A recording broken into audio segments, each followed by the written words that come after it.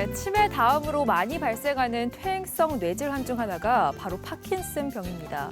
이게 쉽게 말해서 두뇌 속 세포가 죽어가는 과정입니다. 네, 암과 같이 수명을 단축시키는 건 아니지만 자신과 가족의 삶의 질을 급격히 떨어뜨릴 수가 있습니다. 파킨슨병 그 심각성에 대해서 오늘 알아보겠습니다. 네, 그래서 오늘 이 자리에 칠곡 경북대학교 병원 신경과 고판우 교수님 모셨습니다. 어서 오세요. 안녕하세요.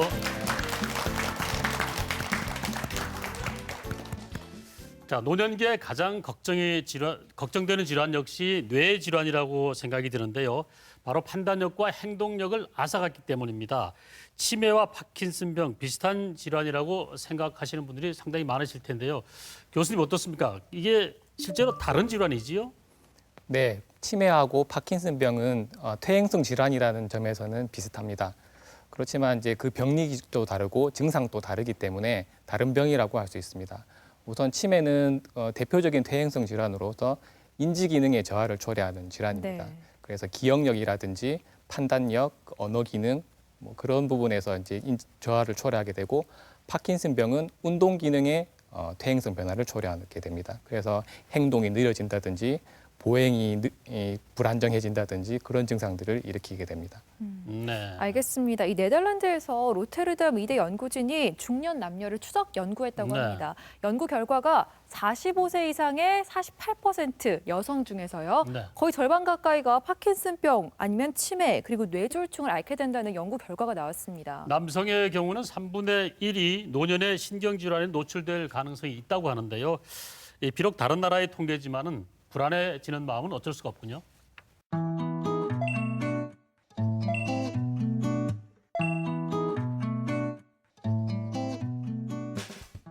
전문가의 선택, 파킨슨병에 대한 오해와 진실, OX로 체크해 보겠습니다.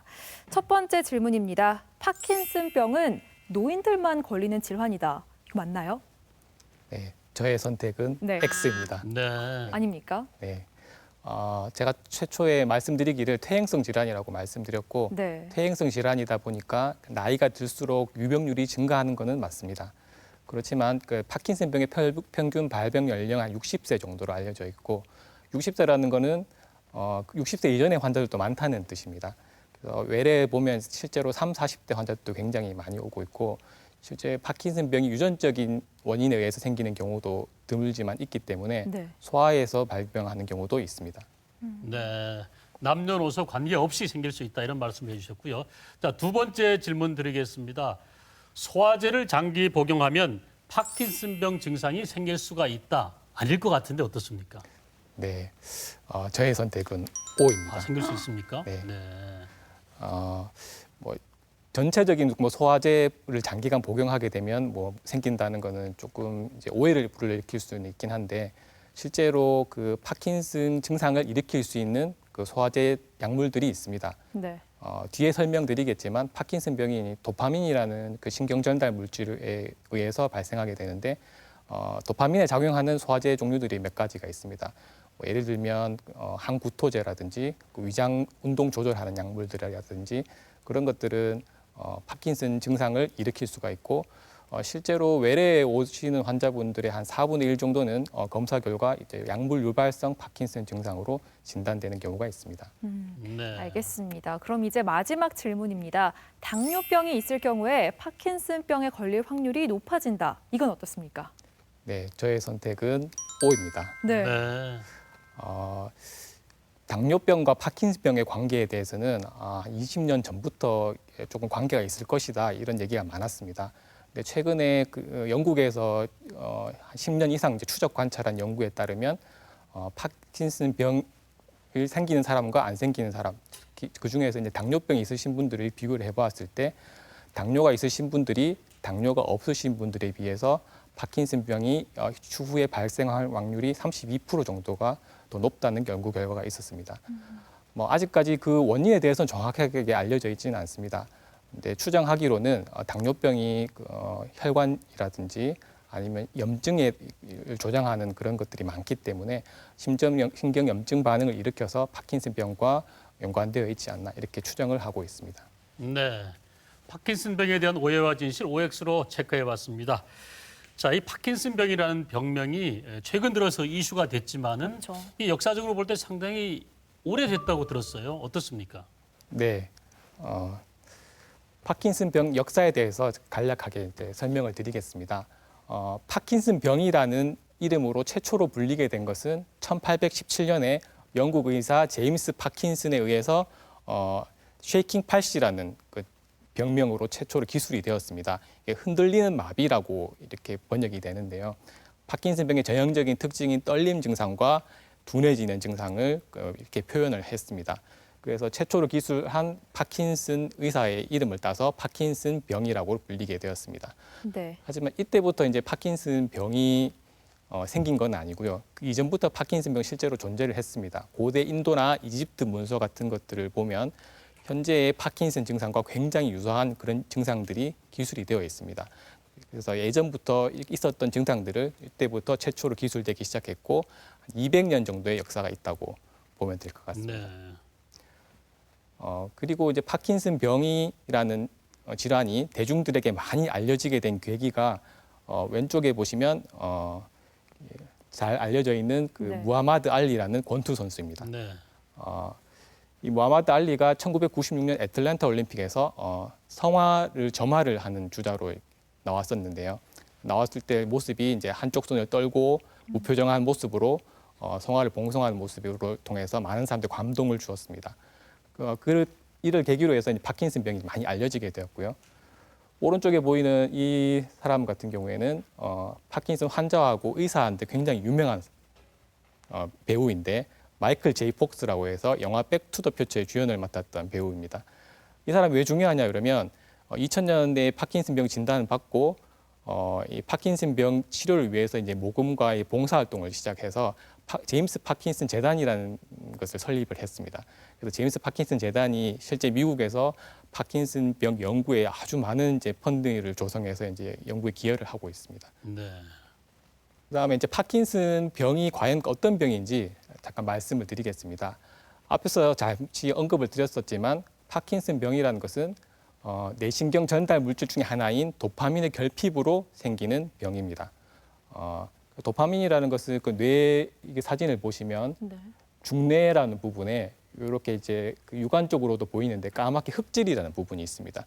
여기가 이제 도파민을 전달하는 신경 세포가 많이 모여 있는 장소인데 실제 환자하고 파킨슨병이 아닌 사람하고 비교해 보면 환자에서 이제 흑질의 이제 이 색깔이 많이 소실되어 있는 세포가 많이 사멸된 것을 관찰할 수가 있습니다. 이러한 흑질 세포의 산별로 인해서 생기는 증상이고 주로 운동 기능의 저하가 진행하게 되는 퇴행성 질환으로 알려져 있습니다. 파킨슨병은 예전에는 희귀 난치성 질환에 속했습니다. 그만큼 드물었다는 건데 네. 최근에는 아무도 희귀성 난치성 질환이라고 하지 않습니다. 왜냐하면 국내에만 해도 2017년 기준으로 해서 10만 명 이상이 파킨슨병 환자인 걸로 알려져 있고 전 세계적으로 630만 명, 많게는 700만 명 이상으로 보기도 합니다. 굉장히 많은 숫자이고 인구 1000명당 한두 명 비율로 발생한다고 알려져 있습니다. 그렇게 보면 이제 대구 인구로 따지면 한 2,000명에서 한 4,000명 정도의 환자가 있다고 볼 수 있습니다. 이게 알츠하이머 다음으로 흔한 퇴행성 질환으로 알려져 있습니다. 네. 네. 그러니까 이 파킨슨병은 도파민이랑 굉장히 연관이 높은 질환이군요. 네. 저는 도파민은 뭔가 이렇게 활력을 주는 그런 호르몬으로만 그렇죠. 알고 있었거든요. 네. 또 도파민의 뭔가 과하거나 부족한 현상이 다른 질환까지 그럼 유발할 수가 있겠네요. 네.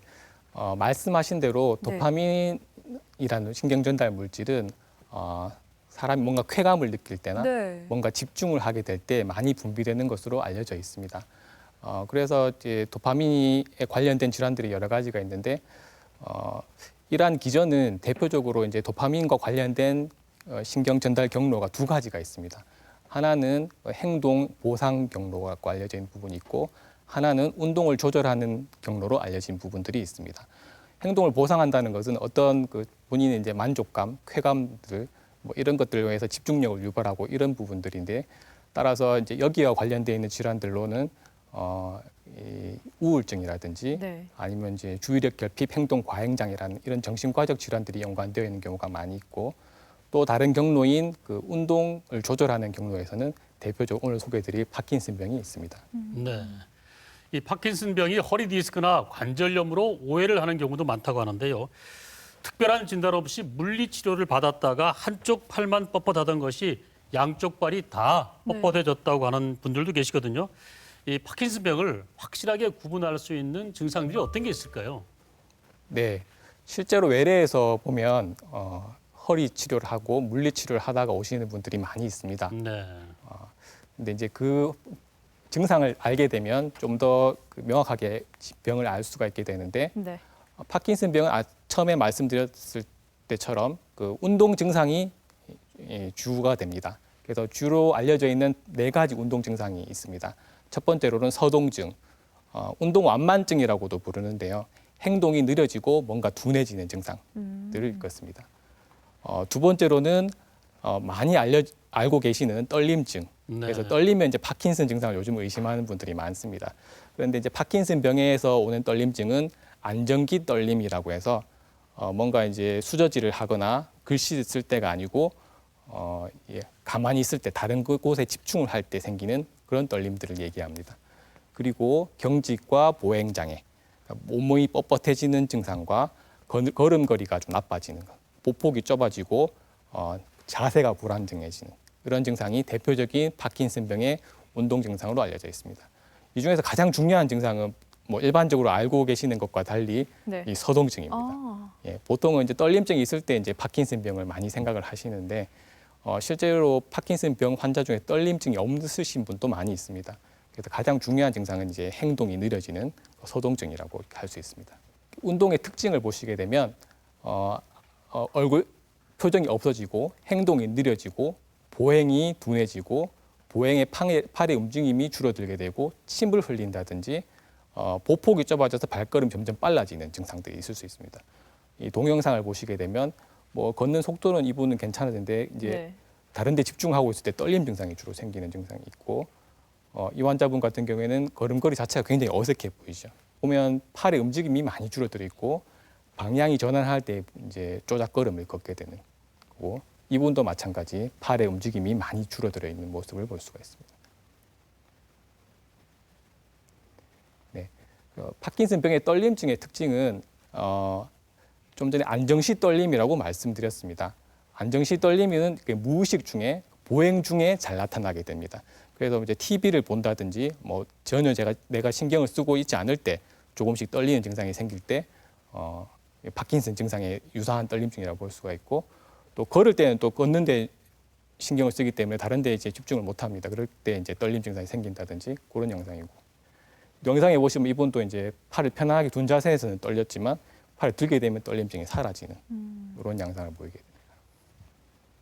근데 뭐 떨림증이 있다고 해서 다 파킨슨병은 아니고 이런 안정시 떨림이 있을 때 파킨슨병을 의심을 할 수 있다는 거고 또 파킨슨병에서 다 떨림증이 있는 것은 아닙니다. 파킨슨병에는 암의 뭐 단계가 있듯이 1단계, 2단계 이렇게 얘기하는 경우를 많이 들을 수가 있습니다. 네. 뭐 암 단계하고 조금 다르긴 하지만 병의 진행 경과라고 보시면 되겠습니다.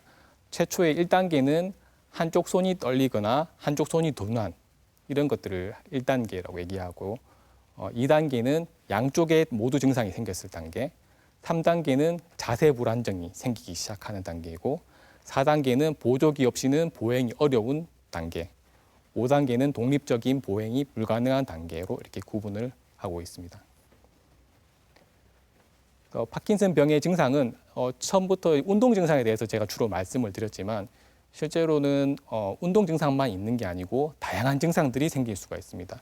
이런 것들은 이제 비운동 증상이라고 얘기를 하게 되고 실제 파킨슨병 환자 중에서는 운동 증상뿐만이 아니고 이런 비운동 증상 때문에 삶의 질을 더 떨어뜨리는 그런 경우가 많이 볼 수 있습니다.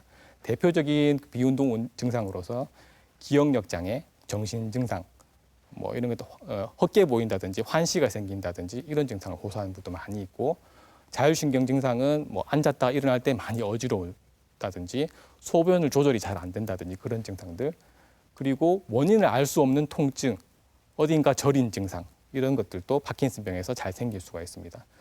또 밤에 잠을 잘 못 주무신다든지 자다가 이제 소리를 많이 지른다든지 혹은 옆에 사람을 탁 때린다든지 그런 증상도 있을 수 있습니다. 네. 이런 증상들이 파킨슨병 운동 증상 외에 많이 생길 수 있는 증상들이고, 그런데 뭐 이런 증상이 있다고 해서 뭐 파킨슨 증상을 의심하는 건 아니고, 파킨슨 환자에서 이런 증상이 많이 나타날 수 있고 이런 부분들도 조절이 필요한 증상이라고 이해를 하시면 될 것 같습니다. 파킨슨 병의 진행 경과에 대해서는 아까 잠시 말씀을 드렸었지만, 증상에 따른 경과를 제가 말씀을 드리면, 보통 병원에 오시는 때는 이제 운동 증상이 나타나기 시작할 때 병원에 오게 됩니다. 이때 이제 운동 증상이 한쪽부터 나타나기 시작할 때 병원에 방문하게 되는데, 실제로는 진단 전부터 파킨슨병은 퇴행성 질환이기 때문에 그 전부터 진행이 되게 됩니다. 그래서 이제 진단 전부터 있을 수 있는 증상들로는 변비라든지 냄새를 잘 못 맡는 증상들, 그리고 렘 수면 행동병이라고 해서 아까 수면 증상에서 말씀드렸던 것처럼 이제 옆에 사람을 때린다든지 자다가 소리를 심하게 지른다든지 이런 증상들은 실제 운동 증상이 나타나기 한 10년 전부터 있을 수 있는 증상이라고 알려져 있습니다. 이후에 운동 증상이 나타나기 시작하고 진행 경과가 아주 이렇게 많이 진행이 됐을 때 이런 치매 증상이라든지 환시, 망상 같은 이런 정신 증상이 나타날 수가 있습니다. 지금까지 이제 증상에 대해서 제가 말씀을 드렸었는데, 네. 이런 증상이 있으면 전부 파킨슨 병일까? 예, 그렇지는 않습니다. 파킨슨 증상이 있을 때 저희가 파킨슨증 혹은 파킨슨 증후군 이렇게 얘기를 하는데, 원인은 다양하게 또 있을 수 있습니다. 대표적으로 특발성 파킨슨병이라는 것은 다른 원인이 없는 파킨슨 증상, 그러니까 우리가 흔히 파킨슨병이라고 얘기하는 것이 이제 특발성 파킨슨병에 해당이 되고, 그 외에 이제 뒤에도 설명이 드리겠지만 비정형적 파킨슨병증, 뭐 치매 증상이라든지 보행 이상이 좀 더 빨리 진행하는 뭐 그런 병들이 알려져 있고, 2차성 파킨슨 증상은 다른 원인에 의해서 생기는 파킨슨 증상들입니다. 그래서 처음에 말씀드렸던 약물 있고, 혈관 질환 때문에 생기는 혈관성 파킨슨 증상도 있고, 수두증이라고 해서 뇌실이 확장되면서 유사하게 파킨슨 증상과 치매 증상을 일으키는 그런 병도 있고, 뇌종양, 대사성 질환, 나비나 구리 뭐 같은 그 대사성 독성 물질들에 의해서 노출돼서 생기는 파킨슨 증상도 있습니다. 네. 아니 그런데 말씀해주신 이 비운동성 증상, 뭐 수면장애나 변비 이런 것들은 사실 파킨슨병인가 할 정도로 심각하게 여기진 않잖아요. 그렇죠. 게다가 5년에서 20년까지 걸쳐서 진행이 된다고 하니까 그럼 진단은 어떤 식으로 하는 건가요? 좀 궁금해지는데요. 네, 파킨슨병 뭐 앞서도 말씀드렸지만 네. 뭐 증상이 있다고 해서 다 파킨슨병은 아니고, 그 파킨슨 증상이 의심을 했을 때 저희가 뭐 여러 가지 감별을 해서 이제 진단을 하게 되는 거죠.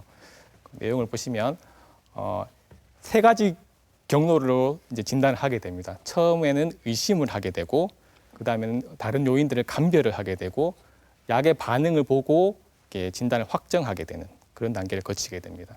그래서 의심은 앞서 말씀드렸던 뭐 운동 증상이 생겼을 때 보통은 이제 의심이 돼서 이제 오시게 네. 되고, 그래서 병원에 방문하시면 저희가 이제 신경학적 진찰을 통해서 파킨슨 증상이 맞다고 생각이 되면 앞서 말씀드린 2차성 원인들을 감별하기 위한 검사들을 하게 됩니다. 뭐 혈액 검사도 있고, 그다음에 대표적으로 뇌 자기 공명 영상이라는 MRI라고 불리는 검사를 하게 되는데, 이거는 이제 수두증 케이스인데 뇌실이 이렇게 많이 넓어져 있어서 파킨슨 증상과 유사한 증상을 일으키게 되는 병입니다. 이런 원인, 다른 2차성 원인들을 감별하는 그런 작업을 거치게 되고, 최근에는 진단 기술이 굉장히 많이 발전이 하게 돼서 이런 이제 파킨슨 약물 반응을 확인하기 전에도 파킨슨 병을 이제 쉽게 진단할 수 있는 방법이 있는데, 도파민 운반체 양전차 방출 단층 촬영, 말이 굉장히 어려운데 PET-CT입니다. PET-CT인데 PET-CT는 보통 알고 계시기로는 이제 암 진단할 때 많이 쓴다고 이제 알려져 있습니다. 근데 이제 파킨슨병 진단에 쓰는 거는 여기 특수한 그 도파민 운반체에 작용하는 물질을 붙여서 이 뇌의 사진을 찍게 됩니다. 그러면 정상인 경우에는 이렇게 정상적인 활성도를 이렇게 보이게 되고, 파킨슨병 환자의 경우에는 이렇게 활성도가 줄어들어 있는 것들을 볼 수가 있습니다. 그렇게 되면 이 파킨슨병 진단을 이제 할 수가 있게 되고, 특히 이제 약물 유발성인지 뭐 다른 2차성 질환인지 애매한 경우에 이런 도파민 PET-CT를 찍게 되면 파킨슨병을 확실하게 감별해낼 수가 있습니다. 그 밖에 이제 병원에 방문하시게 되면 여러 가지 검사들을 이제 시행을 하게 됩니다. 근데 여기 여러 가지 검사들은 이제 파킨슨병 여러 증상에 대해서 이제 평가를 하는 거죠. 대표적으로 이제 운동 척도 검사라든지 보행 분석들을 하게 되는데 떨림증이라든지 행동이 느려지는 이런 증상들이 시간이 지나면 이제 진행하게 되고 이게 퇴행성 질환이기 때문에 이것들을 관리를 해줘야 됩니다.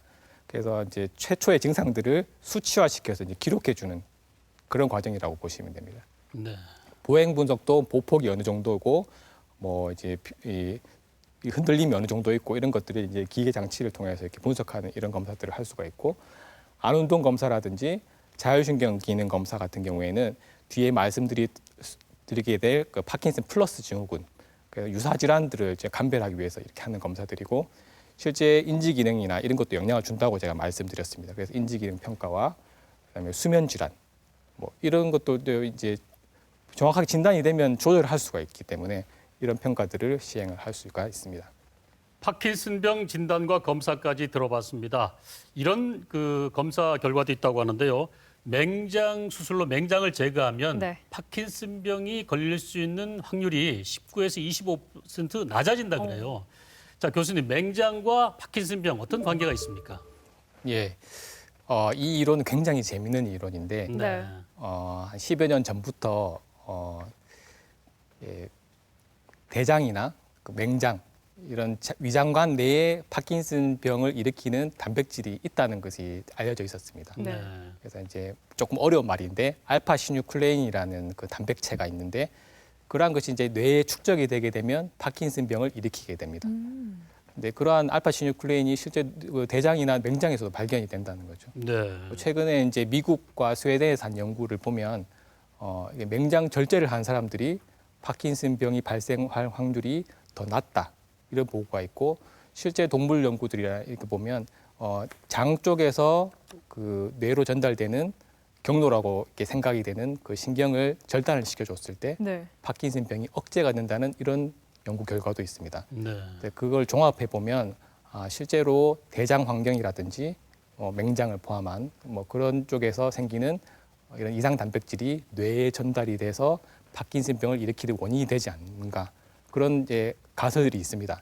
그 최근에 굉장히 이제 각광받고 있는 가설이고, 근데 아직까지 뭐 이게 확정이 된 것은 아니고 가설인데 앞으로 이제 과학자들이 조금 증명해 나가면 원인을 좀 밝힐 수 있지 않을까 생각이 됩니다. 네, 충분히 연관성이 있을 수 있다 이런 말씀이네요. 네. 네. 알겠습니다. 치료도 조금 궁금해지는데요. 네네. 보통 약물 치료를 많이 하시니까 약을 많이 드시는데 이런 말씀들 하시거든요. 약을 먹을 때는 청년처럼 괜찮아졌다가 약을 안 먹으면 또 축 처진다. 네. 이 초기의 약물 치료 어느 정도 효과가 있나요? 네, 신경과 의사로서 약 중에서 약을 먹었을 때 가장 드라마틱한 효과를 볼 수 있는 약물이 뭐냐고 물어보면 네. 저는 파킨슨 약물인 레보도파를 꼽겠습니다. 네. 왜냐하면 그 대표적으로 이제 파킨슨 병을 치료하는 약물이 치료하는 게 약물 치료입니다. 왜냐하면 이제 레보도파라는 이런 약물이 있는데 이건 1960년대에 개발된 약물입니다. 그 레보도파라는 거는 그 도파민의 전구체에 해당되는 겁니다. 이게 레보도파가 체내 흡수가 되면 도파민으로 바뀌게 되는 거죠. 그러니까 파킨슨 병이 이제 도파민 결핍에 의해서 생기는 병이라고 제가 말씀을 드렸었는데 네. 부족한 도파민을 약물로 보충이 되기 때문에 처음에 사회자가 말씀하셨던 것처럼 누워서 꼼짝을 못하던 환자가 약을 먹게 되면 뛰어다닐 수 있고 이 정도로 이제 증상이 변화가 뚜렷한 그런 약물입니다. 네. 그래서 처음에는 이런 약물 치료만으로도 이제 충분히 증상을 개선시킬 수가 있고 이 60년대 약물이라고 제가 말씀을 드렸는데 아직까지도 가장 많이 쓰이는 약물입니다.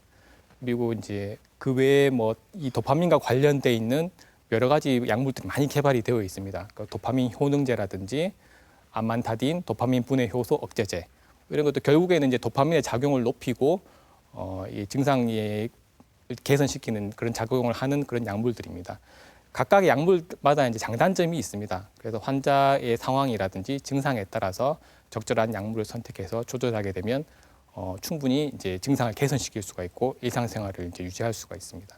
파킨슨병 처음에 진단을 받게 되면 환자분들이 굉장히 걱정을 많이 하세요. 왜냐하면 이 병에 대해서 아직 지식이 많지 않고 실제로 인터넷상에 대한 정보들이 무섭죠. 부정확한 정보들이 많거든요. 네. 근데 실제로 파킨슨병은 그렇게 걱정할 병은 대부분의 경우는 아닙니다. 대부분 약물 치료 효과가 우수하기 때문에 약물 치료로 잘 조절이 되고 증상이 개선이 되게 됩니다. 그리고 약물 치료와 운동만으로서 일상생활 기능을 충분히 유지할 수가 있습니다. 그리고 이제 걱정하시는 게 이제 파킨슨병에 걸리게 되면 수명이 짧아지는 게 아니냐, 그걸 걱정하시는데 연구 결과에 따르면 환자의 기대 수명과 일반인의 기대 수명에는 큰 차이가 없다고 알려져 있습니다. 그 수명에 영향을 안 준다는 거죠. 그렇지만 이제 다만 운동 기능이 떨어지게 되고 하기 때문에 넘어짐에 대한 골절 혹은 삼킴 장애에 의해서 폐렴 같은 이런 다른 질환들이 합병증이 생겨서 뭐 이런 게 예후에 영향을 준다고 알려져 있습니다.